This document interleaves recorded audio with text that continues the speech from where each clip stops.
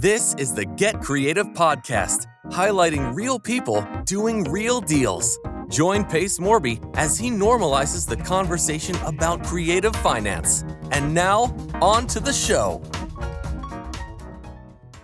Hey everybody, my name is Pace Morby and I've got my co-host Rashell Jarvis. Today we've got a very, very special gentleman named Oscar out of the Chicago area. I know Oscar from, he joined my mentorship, we became friends, and more importantly, he became one of my lenders. He's actually became a private lender of mine. We've done multiple deals together. He's a special type of human being. Oscar, welcome to your show. How you doing? Hey, thank you, brother. So happy to be here with you and Rashell. Yeah.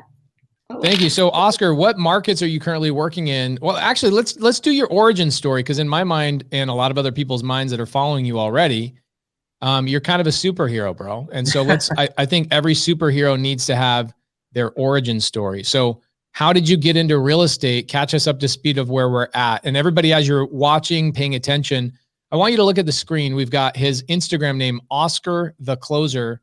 DM Oscar if you guys need help in any market that he's going to talk about. But Oscar, where did it all start for you, and how'd you get into real estate? So, being an Asian, my parents wanted me to become, an engineer, lawyers, doctors. My dad's actually a doctor. So, after college, I went on to become an engineer in Fortune 500 companies, but I'm always an entrepreneur. I always want to start my own company. So 2012, I started my restaurant. It was a family restaurant. It was an Indonesian restaurant, the only one in Illinois.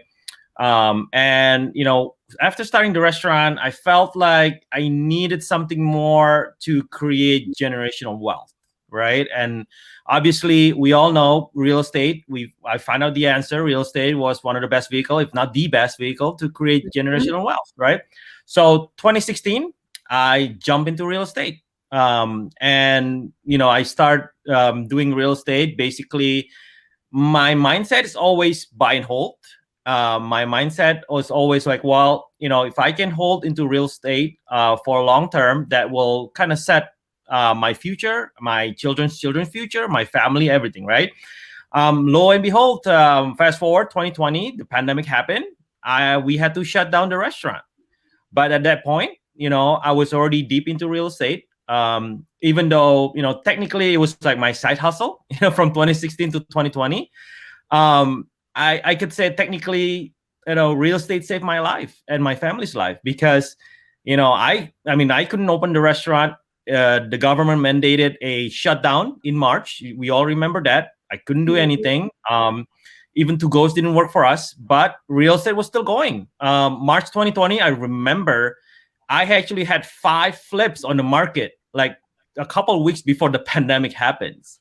And even during the uncertainty, right, real estate was still going strong. At that point, I had rentals, and people are still paying, throughout the pandemic. We had to work it out with people, obviously. It's not 100%, but, it still happens. And that proves that, real estate was really the best, vehicle for generational wealth, So let's talk about that restaurant, because you're skipping over this restaurant. It's really interesting. You say real estate saved your life and saved your business, and your family. But the reality is, bro, you had a thriving, very successful restaurant. I remember when you joined the SubTo community, immediately high value, you bring a ton of energy. Everybody in our SubTo community absolutely adores you because of who you are. You're amazing. And you are a true great entrepreneur. When I found out that you owned a restaurant, I looked it up. Yeah. And I'm like, this dude legit has like thousands of 5-star reviews on Yelp. Like, wow. Who gets that, right? There's always the people that want to complain about something, but you had thousands of people willing to give you 5-star reviews, which says a lot. I was blown away. And then I found out that you guys were shutting the doors on that restaurant. Tell us about that process. Tell us what happened there. What was that decision like, and what you guys ended up having to kind of go through as a family? I mean, it was tough because it's a family restaurant. My mom's a chef. I'm basically the owner and the general manager. So I basically had to fire my own family member. I had to let go of my mom. I had to let go of my, quote unquote aunt, and, all the workers, which is like, we're family. We're not like a big restaurant. We only have 12 people working with us, and we all treat each other as family members, right? And, I have to let myself go, that's tough, right? But at that point, I'm ready to move forward. I had basically a plan at that point, and to just move forward in real estate, and that's basically it. So are you doing on your buy and holds, right? So you guys are doing buy and hold. Mm-hmm. Did you find that there's better markets for you guys, or are you guys primarily hunkered down in the Chicago, the Illinois markets? Are you only in Chicago? No, actually, after the pandemic, it's pretty much wide open, especially after joining the mentorship, joining with you and other people. I find that I can do deals anywhere. I've been helping people. I've been JVing with people, even calling sellers in Beverly Hills, 90210, where everything's like $1 million. And I'm like, when you go back to Illinois, everything's like $100,000. So, I'm like, I'm a little bit, kind of, hey, can I talk to people? But that's where I actually find my superhero power. Like, I'm really good at connecting with people. I'm really good at building rapport, and that's, we're going back to the Yelp review and everything, and that's kind of when I figure out, well, yeah, I mean, this is why we get good reviews, because I was able, even in the other business, building rapport and connecting with people. Right, the restaurant is about building connection with people, building connection with clients, so they can come back and want to do business with you over other people. So let's pause on that for a second, the JV part. So let's say that I'm a wholesaler and I'm listening to this, right? And I'm running into sellers that want too much money, or I'm running into sellers that don't have equity, or I'm running into sellers that, for whatever reason, I can't negotiate that seller to a point where I can get them under a cash contract. Or better yet, I'm a wholesaler who goes and gets these contracts in a desperate attempt to try and sell these to my cash buyers, just to find out I have to either go back and renegotiate with my sellers, or B, I have to cancel the contract. If that's me, what can Oscar the closer do for me? And ultimately, how do I reach out to you? I get that a lot, almost every single day. We get DMs and message from people like, can you help me? Can you help me sell this deal? Can you help me find a buyer? But at the end of the day, I would have to go back to drawing board with them, because a lot of these deal has very little equity, right? And that's when, I'm able to utilize what I learned in the mentorship in terms of the SubTo, and even, renegotiating and doing seller financing, doing novation agreement, those kind of skills that, no one really talks about. Those are the kind of skills that's, I thought creative financing was just getting private money before, and when I learned about this SubTo and seller financing and, novation agreement, it just blows my mind. And now actually I'm relying on creative financing. I'm relying on SubTo because, I'd rather not get a mortgage under my name anymore, or even under my LLCs. Right. So are you guys helping? Let's say that I'm in Ohio, right? And I reach out and I'm like, hey, Oscar, I DM you. I think that's probably your preferred way of communication, right? DM on like Instagram? Yes. Perfect. Okay. So I DM you and I go, hey, Oscar, I need help. And that's all I type to you. How quickly can I get a response? Is it going to be you? Is there going to be somebody on your team? Well, right now it's just me. Right now, so you're going to reach out and you're going to tell me what? Well, I'm going to say, well, how can I help you? Right? What kind of deals that you have, and where are you at with the deals? I have a form that people can fill out, and that's just a basic Google form, and they'll just tell me what kind of help that they need. Most people come to me, they need underwriting help. And that becomes a way for me to help them with creative financing. It starts with getting the right numbers and telling them that, well, with that numbers, you can't just traditionally wholesale. And with that, I need to go in front of the seller for you to help you renegotiate this deal, not to get a lower price, but renegotiate the whole thing so it can be done creatively. So that's what I do. That's what I do all day with people that comes to me. and especially the wholesaler. This is interesting because like bringing Rashell in here. So Rashell Jarvis, for those of you in the audience that don't know who she is our transaction coordinator. She owns a business called Constant Close. And the challenge with Constant Close is, I imagine, Rashell, you have a tremendous amount of people all over the country that reach out to you and go, hey, can you underwrite this deal for me? Mm-hmm. Or, hey, can you answer this question about creative finance for me? Mm-hmm. So Oscar, she gets wholesalers, right? People that are not in the SubTo mentorship that are like, hey, I need help on this or I need help on that. I'm wondering if there's ever a way, especially since you're so tied in with the daily dial, you know, the accountability stuff, you're so locked into the SubTo mentorship. I wonder if there's people that just simply bother Rashell that she could even deflect to you and go, hey, go do this deal with Oscar. Oscar can even help you underwrite the deal, etc. Is that something that you would even entertain? Oh, absolutely. And if people see, here's the thing too. People come to me and they ask for contracts and they ask for, you know, can you help me with transaction and everything because I have a buyer? I would just say, well, go to Rashell. So because I, you know, really, that's not my specialty. That's not my superpower. You know, my superpower is in connecting with your seller and, you know, explaining subject to like no one can explain them. And, you know, lock up that deal, and the rest, it would just give it to Rashell and the team, you know. I think what we're trying to do right now, too, is kind of be like the connector piece, right? Because we're right in the transaction. So we started consult calls with a Constant Close this week. And so it's been interesting. But I'm finding there's two different types of investors, right? The ones that call that just want to know like business, things of that sort, and the people that come in that don't know how to structure their deals. So our whole thing is like being consultants, right? But being the connector piece to saying, okay, we can help you kind of figure this out, but where can I send these people to connect with people in different markets? And that's where we're trying to deepen those relationships. So we can connect you with partners, right? But it'd be awesome to have like an Oscar in every single state and to say, he's the one that you can go to. He can help you structure your deal. He can connect you with buyers. So that's something that we started. So like, always, Pace is reading my mind. So I think that would be something that you and I need to have a conversation about. Oh, yeah, of course. So much value both ways. You know what I mean? Yeah. And I was able to help your team find a local connection with a title company because I've done so many deals with them. And as soon as they hear the name Oscar, they know there's credibility, right? They know that they're going to help, willing to help your team better than if you were to just be a first-time client, right? Yeah. Because that's a great relationship. That's a great leveraging through networking.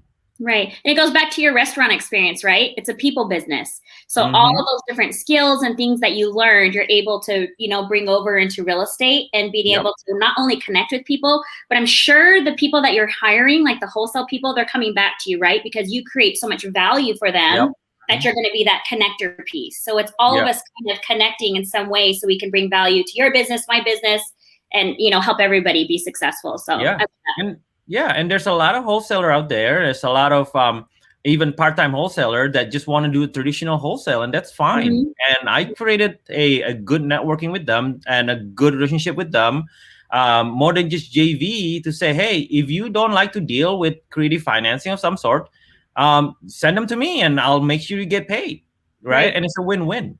You know, they'll take care of their normal wholesale where they can get assignment fee, while I'll take care of the more difficult, more kind of creative that takes more time. But you know, with that, I believe the more kind of ways that you can find creatively, the better the reward. 100%. Yep. You know, it's interesting. You know, going through, you know, go to a restaurant and how much work and effort and training and systems and all that kind of stuff that you guys had to put in place. The challenge with a restaurant is that you're so limited to that one local geographical area. Whereas now, you know, this pandemic in a lot of ways, you know, you have the positive outlook on life. So you go, I'm going to find the silver lining here. And now you've intelligently, through putting in the right action and taking action, have put yourself in a position, Oscar, that if somebody from Hawaii, Alaska, Maine, New Hampshire, Florida, Texas, Atlanta, whatever, reaches out to you, you can do a deal in those states, whether it's cash, whether it's seller finance. You could even you could do fix and flip, whether you want to do them yourself or not. You could even partner with some of the SubTo students, boots on the ground, which you've done, right? You've done deals with like Crystal, or you guys have been working on deals like that. Yeah. You now are freaking national, bro. Well, I try to, and by being a private lender, it opens up a way for me to see an insight of a different state, how you guys are doing business, right?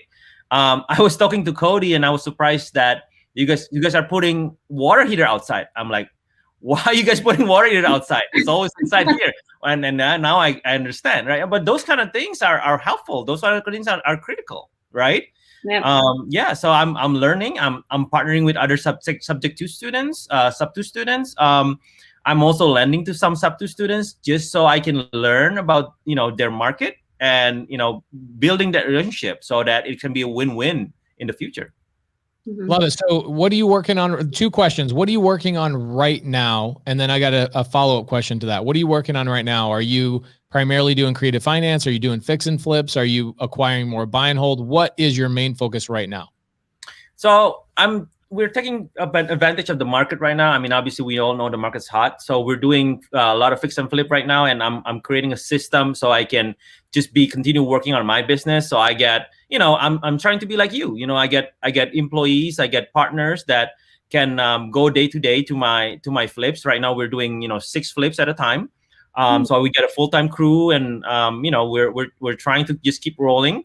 And I'm using the wholesale system and the creative financing system to get more deals for me, so I can continue, getting that conveyor belt in terms of fix and flip. So that's what I'm doing. My wholesale. I'm not looking to get assignment fee on each wholesale. I'm always looking like, can I keep this? Can I make this a creative financing? If not, can I flip this? Can I do a no vision agreement? Can I do a subject 2? Or can I do a subtail? All those things are open up for me right now, instead of saying, well, it's not a good deal, let's move on. Love that. Yeah, I mean, fixing and flipping is so amazing right now. I don't know if you guys are experiencing this, but every house that we sell in our market, it's hot everywhere. But here locally, if I list something for 300 grand, ARV is like 290. I'll list it for 300 just because I want to push it, and it'll sell for 330. Wow. Yeah. In like day one. Yeah. That's even hotter than Chicago. I mean, in Chicago, we're already getting over asking price too. I mean, we listed something at 205, we get 225 the next day. We listed crazy. Something at 217,500 yesterday, we got 225.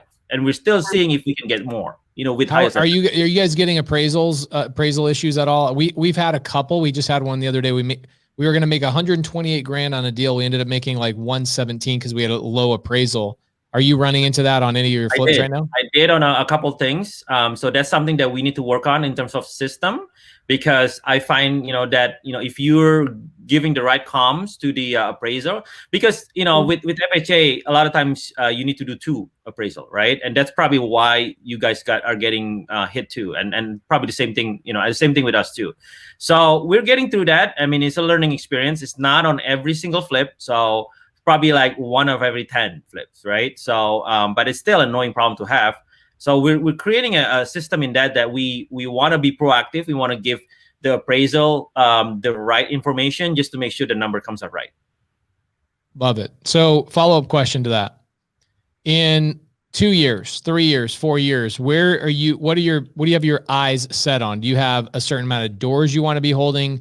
Do you have a certain amount of markets you want to be operating in? Or are you just working on systematizing your existing business and you want to have more free time? What does Oscar's world look like in 24 months? Yeah, for me, systemizing is my number 1 priority, at least in 2021. And, increasing the number of doors that I have outside Illinois, because I'm slowing down in Illinois. I don't want to get any more deal that needs BRRRR. Right? I don't want to do BRRRR anymore.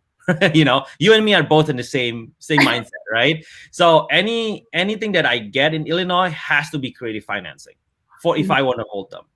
I'm looking at other states too, because right now I want to grow in different states. I want to diversify my real estate collection portfolio in different states, right? I want to do you have a state in mind? I know a lot of guys are leaving Illinois and going over to like Indiana and like Gary, Indiana, and some other smaller markets because people are leaving Chicago and going into some of these other markets. Is there somewhere specific you're looking to hold?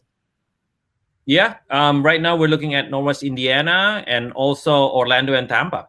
Those are the markets that we're focusing on. So just because I know there are a lot of great deals still, even though the market's competitive. I mean, there's always ways, especially with creative financing.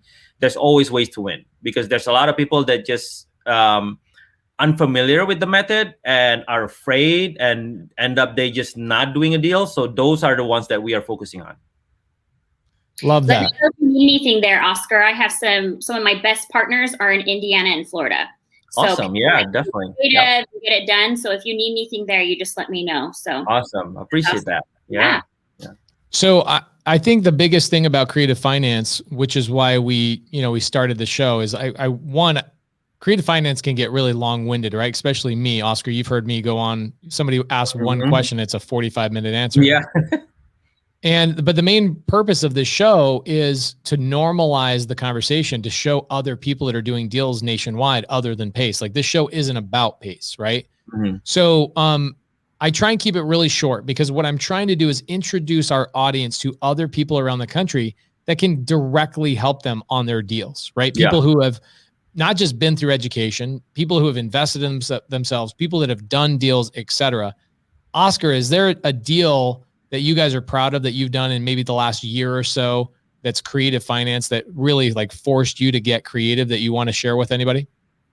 I mean, I have 3. It's like I've been doing a lot of deals back to back to back, right? I mean, the latest one is a lady whose father passed away, and she still have a mortgage and she's trying to sell, but the market couldn't support a retail. She tried MLS, it couldn't work. A few wholesalers got that under contract, couldn't work. I talked with her, and I was able to tell her about SubTo financing, and we ended up doing that SubTo, and everyone wins. She's able to save her father's house from foreclosure, because at that point she wasn't paying, right?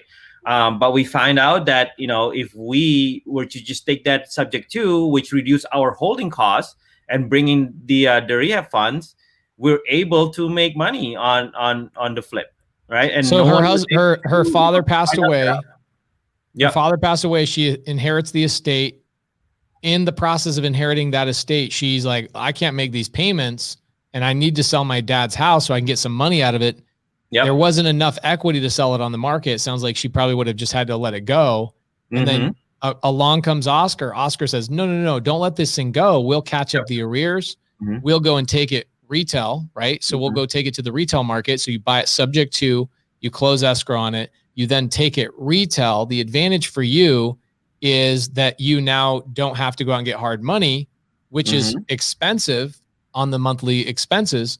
You keep that payment really, really low, and then you sell it on the retail market. Was that in Illinois? Yes, that's in Chicago area. Yeah, and I didn't even have to come up with my own money for the rehab, because I have my own private lender who's willing to go in second position to rehab it. So I'm in for just holding costs basically, right? And then we are able to flip it. Hopefully in the next 4 or 5 weeks we'll be done, and we'll be able to make what 60-70K. Bro, nice. I love that. Yeah, so that's amazing. So tell me about your daughters, because I see you're with your daughter, and she is amazing, super smart, and you're trying. I mean, she's young, man, and you're getting her into real estate. That's like real legacy type of stuff. What are you doing with her? What are you teaching her right now? So it started with having her help me with doing comms, doing the numbers, learning neighborhoods and everything, showing her what I have right now, and telling her this is why the number works. And she wants to help me more, and now she wants to get her own property, and this is why I'm involving her in the Daily Dial. She actually has been calling or doing the role play a couple times with Caroline and the crew. And she actually gave me a solid lead a few months ago from texting. So I had her like text 4 hours a day, and through SMS she was able to give me a solid lead that we're following up to close.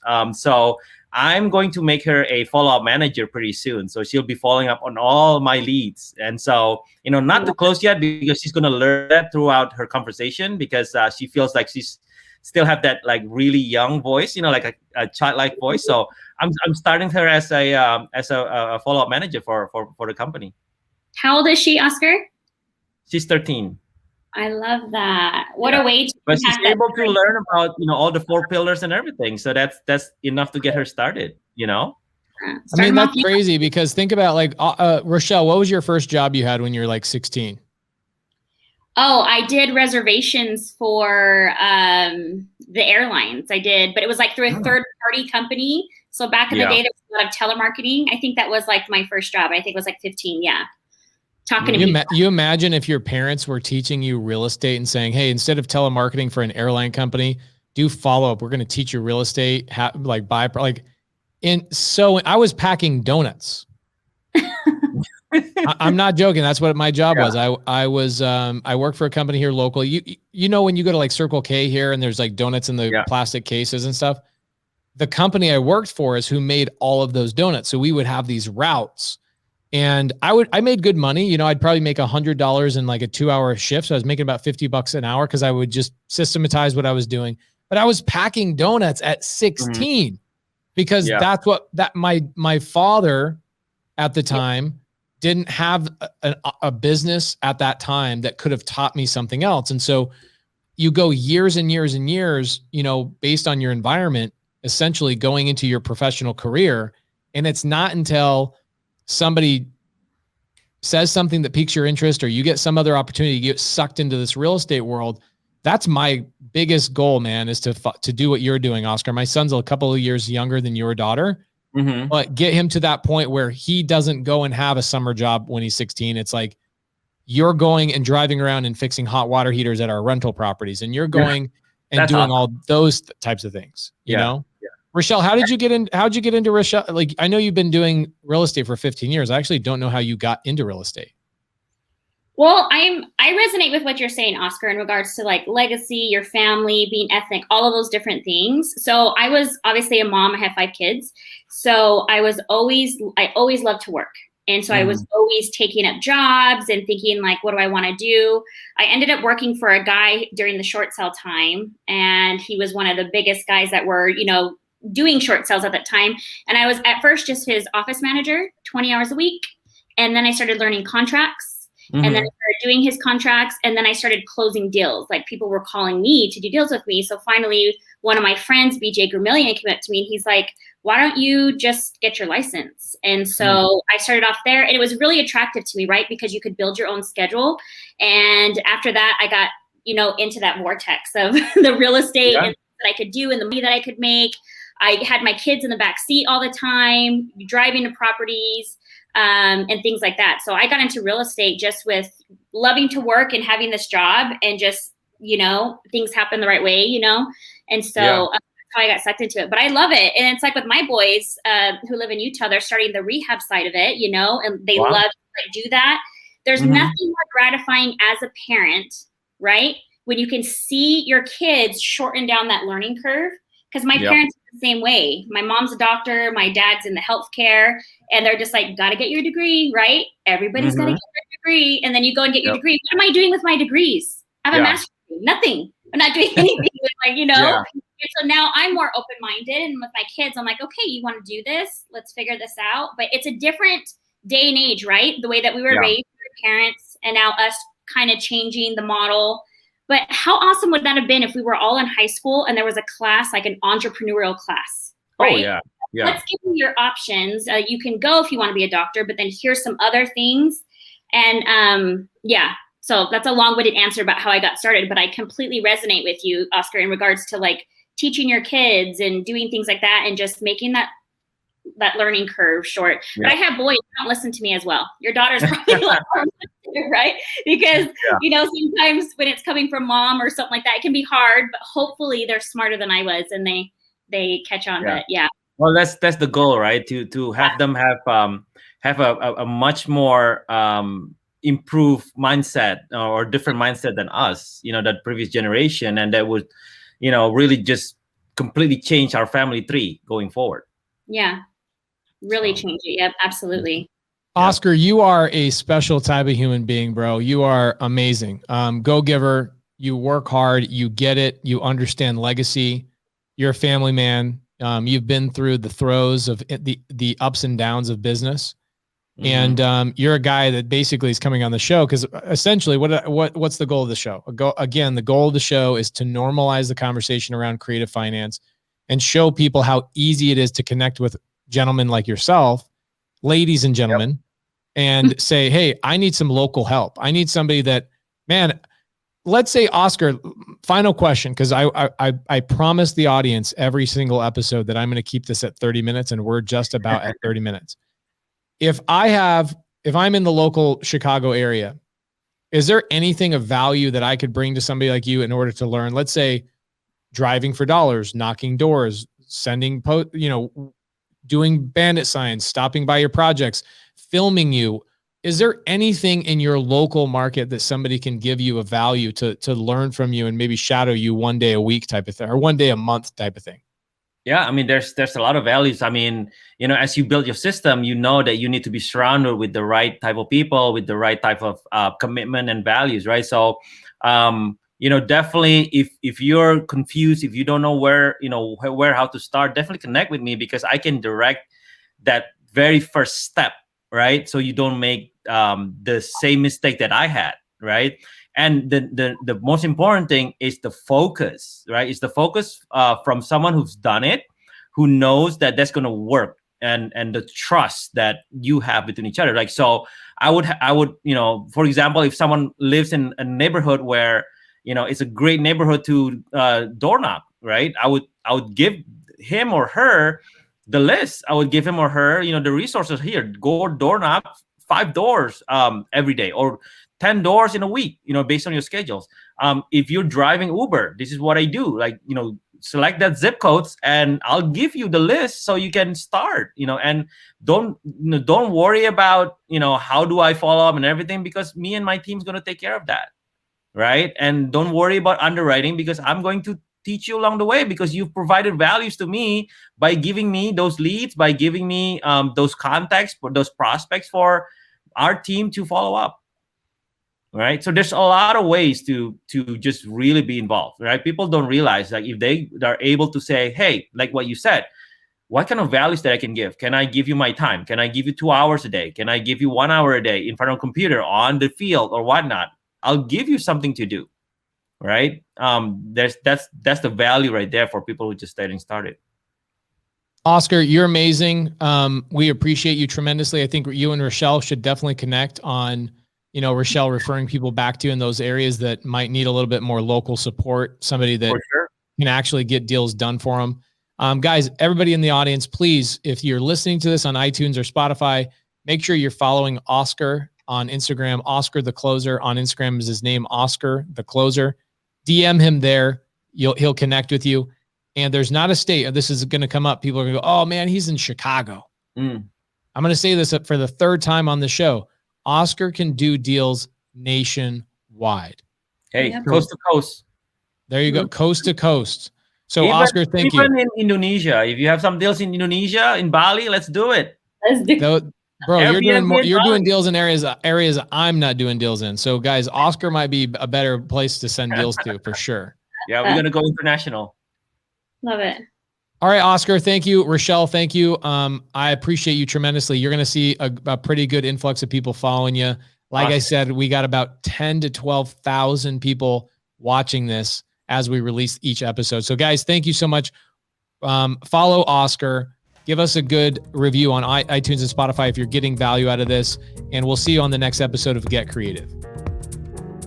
Thanks for listening to the Get Creative podcast. If you enjoyed this content, like, subscribe, and share with your friends.